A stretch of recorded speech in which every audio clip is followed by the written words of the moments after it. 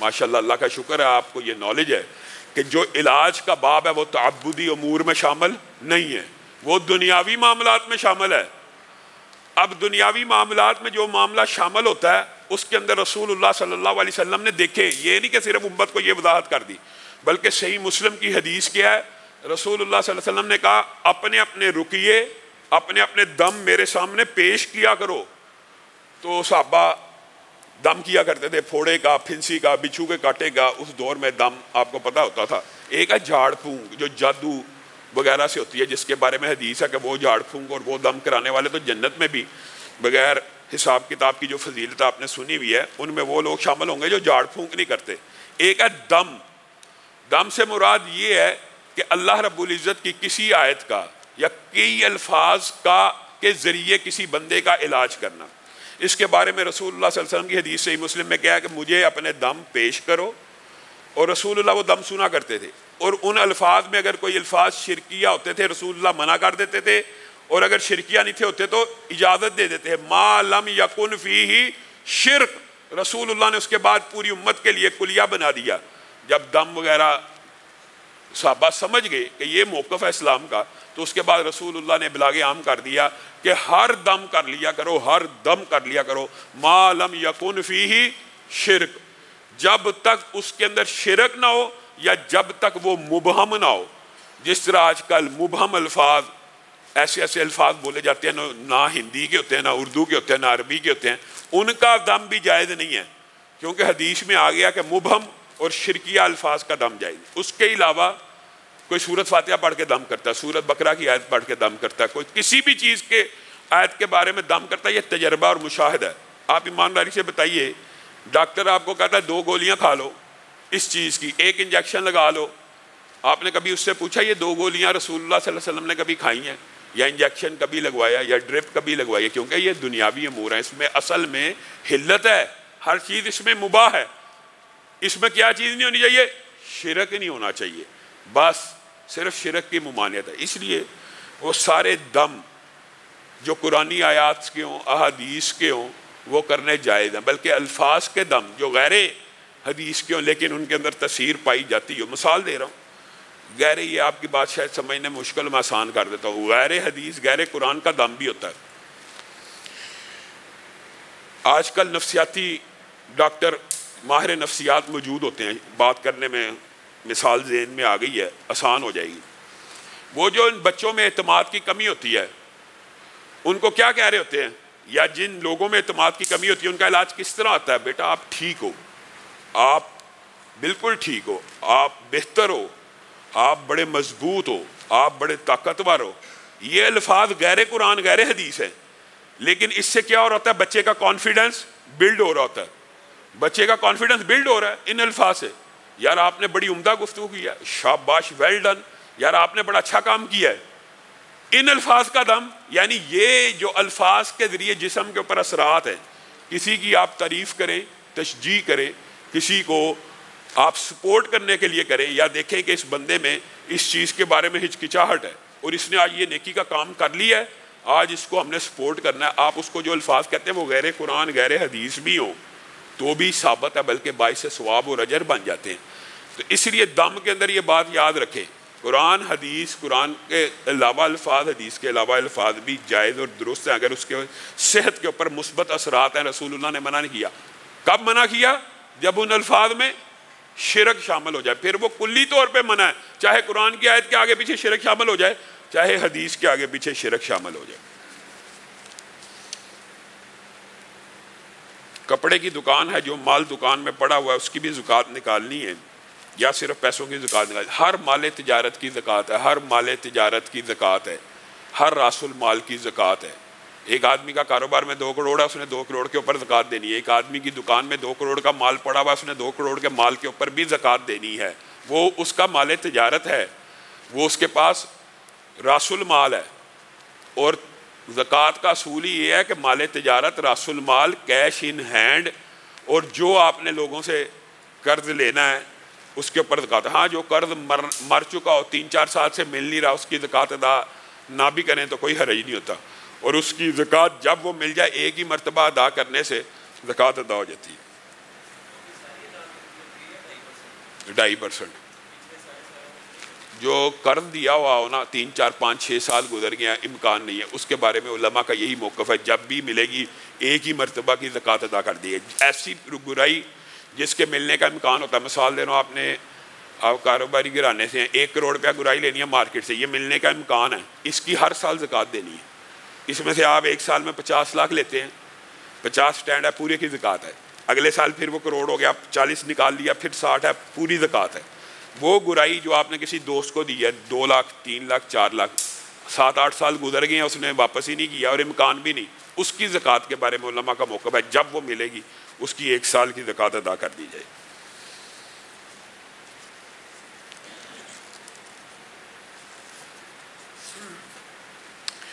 دوران اعتکاف تلاوت قرآن, ذکر, نوافل عبادات خیمے کے اندر بیٹھ کے کرنا افضل ہے یا نیچے مسجد میں؟ میرے بھائیو, بنیادی طور پہ اعتکاف کا جو محل وقوع ہے اس کو مسجد کیوں بنایا گیا؟ الحمدللہ وہ بھیا فرقان آئے تھے, آپ کو نبی کریم صلی اللہ علیہ وسلم کا درود پانے والی کتاب دی, آپ پڑھیں کہ صرف مسجد کے محل کے اندر فرشتوں کی دعاؤں کا حصول کتنا آسان ہے. یہ مسجد اعتکاف کا محل خیمے میں رہنے کے لیے کتنا ہے یہ بھی میں وضاحت کر دیتا ہوں. نماز سے پہلے بندہ نماز میں, نماز کے بعد نماز میں, پہلی صف کے اوپر فرشتوں کا درود, دوسری صف کے اوپر فرشتوں کا درود, اقامت کے وقت جتنی پہلی صفیں ہیں علی الصفوف الاول سب کے اوپر فرشتوں کا درود. اب مجھے ایک بات بتائیں, پھر ایک نماز سے دوسری نماز تک بیٹھنے کے اوپر فرشتوں کا درود, پھر انتظار میں بیٹھے رہنے والے کے اوپر فرشتوں کا درود. گویا اعتکاف کا محل جو مسجد بنایا گیا اس کا مقصد یہ ہے کہ ان سارے اجر و ثواب میں آپ شامل ہوں. یہ نہیں کہ آپ ان اوقات میں بھی خیموں میں بیٹھے رہیں, اور مسجد کا جو اللہ تعالیٰ نے فضائل, اور دیکھیں جو بندہ گھر سے وضو کر کے نکلتا ہے, من خرج من بیتہ متطہرا, جو گھر سے وضو کر کے نکلتا ہے نماز بعد جماعت ادا کرنے کے لیے, فاجرہ کا اجر الحاج المحرم, اس کا اجر ایسے ہے گویا حاجی نے احرام پہنا ہو. رسول اللہ نے یہ نہیں کہا حج کے برابر ہے, کہا اسی طرح کا اجر ہے جس طرح ایک حاجی احرام پہن کے گھر سے نکلتا ہے, ٹکٹ خریدتا ہے, محنت کرتا ہے, مشقت کرتا ہے, صرف وضو کر کے مسجد میں آ کے پڑھنے کا اجر ہے. تو اعتکاف نے آپ کے لیے کیا سہولت کی ہے کہ آپ اسی مسجد سے وضو کر رہے ہیں, میری بہنیں بیٹیاں اور مرد اسی مسجد سے وضو کر کے مسجد کے اندر آ رہی ہیں, پورے کے پورے ایک حج کا ثواب ہے.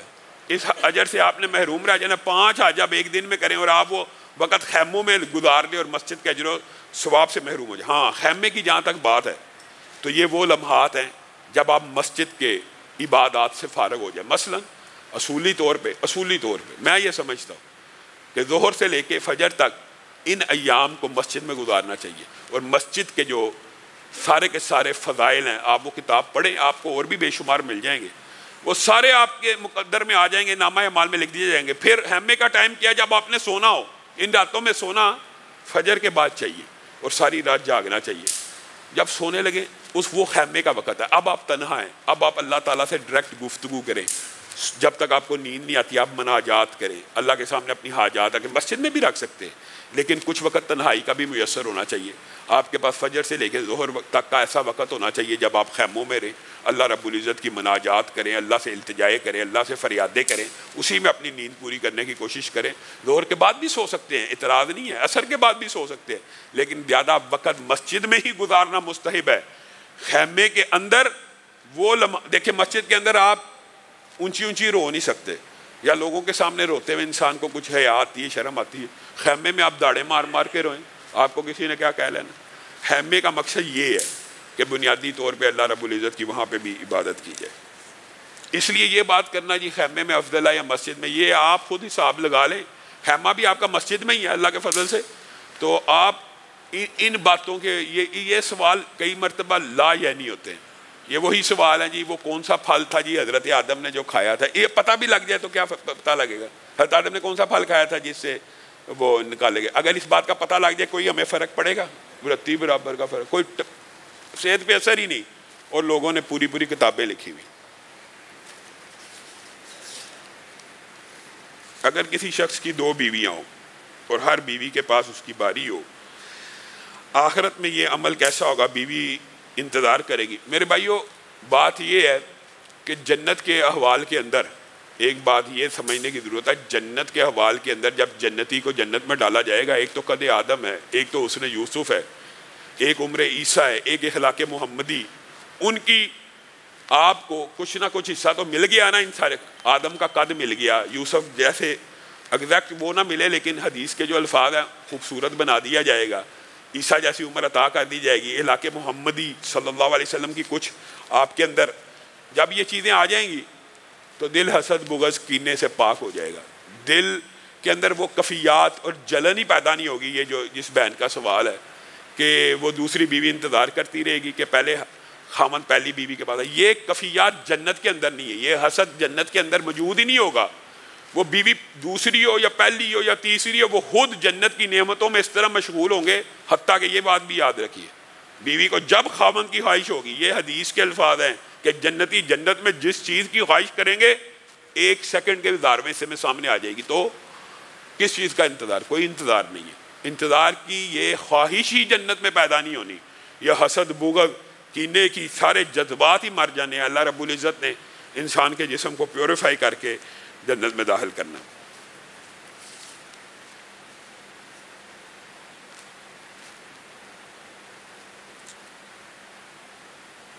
میں پہلے بہت اچھا پڑھتی تھی لیکن اب اچانک پڑھنے کو دل نہیں کرتا، کئی سال سے سوچ رہی ہوں کہ پیپر دوں لیکن پیپر بھی دے نہیں پاتی، کیا یہ حسد یا بری نظر کی وجہ سے ہو سکتا ہے؟ بنیادی طور کے اوپر کئی مرتبہ ہارمونل چینج انسانی زندگی کے اندر ایسے آتے ہیں، جب انسان بچی یا بچہ بالغ ہو رہا ہوتا ہے نا، اس کے جسم میں آپ یہ سمجھ لیں اللہ رب العزت کی طرف سے ایک آتش فشاں ہارمونل چینجز کا ایک سیزن چل رہا ہوتا ہے جو اس کی طبیعت کے اوپر اثر انداز ہوتا ہے۔ یہی وہ عمر ہوتی ہے جہاں پہ والدین کو تربیت کی سخت ضرورت ہوتی ہے، سخت ضرورت ہوتی ہے، اور یہی وہ وقت ہے جس وقت بچہ اور بچی ایجیٹیشن، غصے اور چڑچڑاہٹ کا شکار ہوتے ہیں۔ اس عمر کو والدین کو بڑی اچھی طریقے سے بچوں کو مینیج کرنے کا، اسلامی تربیت کا پوری کتابیں موجود ہیں۔ ڈاکٹر فضل اللہ کی خاص طور پہ ایک کتاب ہے والدین کے حوالے سے اور بچوں کے احتساب کے حوالے سے، اور بچوں کی تربیت کیسی کریں۔ آپ سب ساتھیوں کو چاہیے کہ ان کتابوں کا بھی مطالعہ کیا کریں۔ تو یہ ایک نیچرل پروسیس بھی ہے، ضروری نہیں ہے کہ بچی کو نظر لگ گئی ہے یا بچے کو نظر لگ گئی اگر اس ایج میں، ہاں اگر بڑی ایج میں پہلے بڑا لائق تھا، دہی تھا، میٹرک میں ایف ایس سی میں بڑے اچھے نمبر آئے تھے اور اب اس کے نمبر نہیں آ رہے، پھر نظر لگنے کا امکان بھی ہے۔ لیکن اگر آپ حفاظت کے جو وظائف ہیں، یہ بار چارٹ لگا ہوا ہے، اس کے اندر لا الہ الا اللہ وحدہ لا شریک لہ لہ الملک ولہ الحمد وہو علی کل شیء قدیر، اعوذ بکلمات اللہ، اور بسم اللہ الذی لا یضر، آیت الکرسی، یہ حفاظت کے 4 بہترین وظیفے ہیں اور 4 کل حفاظت کے بہترین وظائف۔ اگر آپ یہ وظائف کرتے رہیں گے آپ نظر سے حسد سے بچ جائیں گے۔ علی بتہ جو پڑھائی میں دل لگانے کی مجرب ترین دعا ہے نا، وہ یہ ہے ربی شرح لی صدری ویسر لی امری واحلل عقدۃ من لسانی، ربی شرح لی صدری ویسر لی امری واحلل عقدۃ من لسانی۔ سورۃ فاتحہ کے ساتھ ساتھ یہ پڑھتے جائیں۔ جس بچے بچی کا پڑھائی میں دل نہیں لگتا یا والدین سمجھتے ہیں کہ بچہ بچی پڑھائی میں دل نہیں لگا رہے، تو ان کے اوپر ان آیات کا کثرت سے دم کریں، انشاءاللہ فاقہ ہوگا۔ کیا فوت شدگان کا بھی فطرانہ دیا جاتا ہے؟ فطرانہ میرے بھائیو ہر مسلمان کے اوپر واجب اور فرض ہے۔ فطرانہ اس کے اوپر بھی واجب اور فرض ہے جس نے اکٹھا کرنا ہے، جس کو آپ نے دینا ہے نا اس نے بھی آگے سے فطرانہ دینا ہے۔ علی بتہ فرق یہ ہے کہ وہ لے گا 10 20 40 افراد سے اور دے گا صرف اپنے گھر کا۔ ہر مسلمان مرد عورت بچے بڑے کے اوپر فطرانہ، فوت شدہ کے اوپر فطرانہ نہیں ہے۔ میرے والدین فوت ہو گئے ہیں میں ان کی طرف فطرانہ دوں، نہیں، آپ ان کی طرف سے صدقہ دیں، آپ ان کی طرف سے مالی صدقہ جتنا جی چاہے دے دیں۔ یہ نیت کر کے بھی دیا جا سکتا ہے کہ میرے والدین کی اگر روزوں میں کوئی کمی کوتاہی تھی، جو فطرانے کی نیت ہوتی ہے، یہ نیت کی جا سکتی ہے کہ ان کی کمی کوتاہی اللہ تعالیٰ جتنی بھی ہے، میں یہ 1000 روپیہ دے رہا ہوں، 2000 روپیہ دے رہا ہوں اپنے والدین کی طرف سے، یہ دینا جائز ہے، اس میں کسی بھی قسم کی کوئی قباحت اور اچنبے کی بات نہیں ہے۔ لیکن بنیادی طور پہ فطرانہ، ہاں یہ بات آئی ہے تو یہ بھی سمجھ لیں کہ فطرانہ گھر کے مستقل ملازم کی طرف سے بھی آپ نے ادا کرنا ہے۔ مستقل ملازم سے مراد یہ ہوتی ہے کہ جس کا کھانا پینا رہائش آپ ہی کے گھر میں ہو۔ ایک ہوتا ہے اجرتی ملازم، مثال دے رہا ہوں، اجرتی ملازم سے مراد یہ ہوتی ہے ہماری مسجد میں مزدور لگے ہوئے ہیں، یہ گھر میں کام کرنے والا آتا ہے یا مالی ہے، وہ آتا ہے کام کر کے چلا گیا، مستری آیا کام کر کے چلا گیا, سینٹری والا آیا کام کر کے چلا گیا, ان کی طرف سے فطرانہ آپ کے اوپر لازم نہیں ہے. لیکن جو آپ کے گھر میں کام والی ہیں جو 24 گھنٹے آپ کا ہاتھ بٹاتی ہیں, ان کا فطرانہ آپ نے ادا کرنا ہے. جو آپ کے گھر کام والے ہیں, جو آپ کے گھر ڈرائیور مستقل 24 گھنٹے ہے, آپ نے اس کا فطرانہ ادا کرنا ہے. اسی طرح فیکٹری کے جو اجرتی ملازم ہیں ان کے اوپر ان کا فطرانہ آپ نے نہیں دینا. 12 گھنٹے کی جاب کی چلے گے. کارپوریشن کے ملازم ہیں, جاب کی اجرت کے جو ملازم ہیں ڈیلی بیسس کے اوپر یا ماہانہ بیسس کے اوپر, ان کی آپ نے ان کی طرف فطرانہ نہیں دینا. لیکن اگر آپ نے وہاں پہ کوئی چوکیدار رکھا ہوا ہے جو آپ کے کام کی ہر وقت نگرانی کر رہا ہے, تو آپ نے اس کی طرف سے فطرانے کو ادا کرنا ہے. اس کویسچن میں تھوڑا سا ایڈ کرنا ہے کہ اگر کوئی بچہ میرے پاس پڑھنے آیا, وہ عید کے لیے ہفتہ 10 دن پہلے اپنے گھر چلا جاتا ہے, تو اس کا فطرانہ میں دوں یا وہ اپنے گھر میں جاتا ہے؟ جو انسان کا سکول ہے اس کے اندر بچے پڑھتے ہیں یا ٹیوشن سینٹر ہے, ان کی طرف سے فطرانہ نہیں ہے. وہ چاہے وہاں پہ رہیں بھی تو فطرانہ آپ نے ادا نہیں کرنا.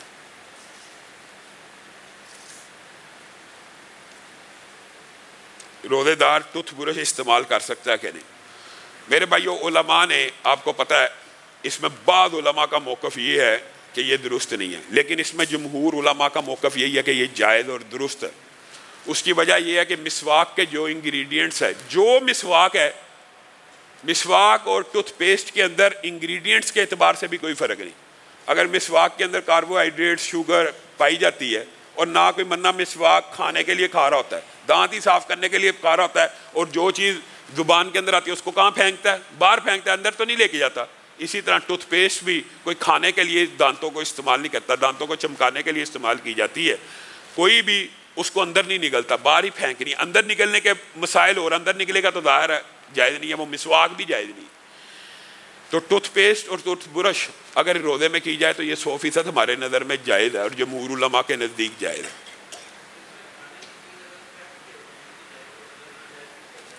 جو روزے دار کے لیے کھانا پکا رہا ہے اس کے لیے صحیح حدیث کے الفاظ ہیں. مثلاً اس ادارے کا باورچی ہے یا گھر کی خاتون ہے, اس نے گھر والوں کے لیے کھانا پکانا ہے. اب وہ افطاری کے وقت انسان پورے دن کا بھوکھا ہوا ہے, نمک زیادہ ہو گیا, مرچ زیادہ ہو گئی, ویسے ہی چڑچڑاہٹ شروع ہو گئی. وہ جو دعا کا وقت ہے, ایک دوسرے کو دعائیں دینے کا وقت ہے, وہ لڑائی جھگڑے میں گزر جائے. تو رسول اللہ صلی اللہ علیہ وسلم نے انسانی فطرت کے عین مطابق ان چیزوں کی اجازت دی ہے کہ گھر کی خاتون ہو یا کوئی بھی باورچی جس نے روزے داروں کو کھانا کھلانا ہو, اس کے اوپر اللہ تعالیٰ نے یہ آسانی کی ہے کہ وہ کھانے کو چکھ بھی سکتا ہے, نگل نہیں سکتا. زبان پہ رکھے گا, اس کو پتہ لگ جائے گا نمک زیادہ ہے, مرچ زیادہ ہے, یہاں پہ زبان پہ لگائے گا. یہ صحیح حدیث سے اس بات کی اجازت موجود ہے گھر کی عورتوں. لیکن اس کا مطلب یہ نہیں ہے کہ روح افزا بنایا اور پی لیا, صرف چکھنے تک کی بات ہے.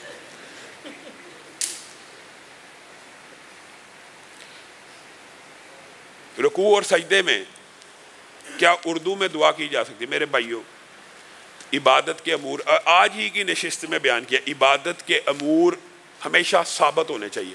کیا رسول اللہ یا صحابہ کے دور میں کسی صحابی نے, فارسی نے, رومی نے, صہیب رومی یعنی گورے, روم سے بھی آئے ہوئے تھے صحابہ, حبشہ سے بھی آئے ہیں, ایران سے بھی آئے ہیں صحابہ, سلمان فارسی ہیں, ہر نسل ہر قوم کا صحابی موجود ہے. کیا کسی نے آج تک یہ کہا میں نے فارسی میں دعا کرنی ہے, میں نے انگریزی میں دعا کرنی ہے, یا میں نے سجدے رکوع میں؟ عربی میں ہی دعا ہونی ہے سجدے رکوع کے اندر. ہاں, جو غیر نماز کا سجدہ ہے, غیر نفل کا سجدہ ہے, اس کے اندر آپ اردو میں گڑ گڑا کے, رو کے, جس طرح مرضی دعا کریں. سجدے نمازوں کے علاوہ بھی ہیں, رکوع بھی نمازوں کے علاوہ بھی ہیں, لیکن ہماری عادت نہیں ہے, ہماری پریکٹس نہیں ہے. ان کے اندر آپ اردو میں بے شمار دعائیں کریں, آپ نے ضرور نفل کے اندر یہ اردو میں دعا کرنی ہے. اور عربی کی جتنی بھی دعائیں ہیں, جیسی بھی دعائیں آپ وہ یاد کریں عربی زبان میں, وہ دعائیں مانگنے کی اجازت ہے. اور وہ رسول اللہ صلی اللہ علیہ وسلم نے دی ہوئی ہے کہ سجدوں کے اندر جس طرح مرضی اپنے رب سے دعا کرو, اور تشہد کے اندر جتنی مرضی اور جیسی دعا جو ہو, لیکن زبان عربی میں.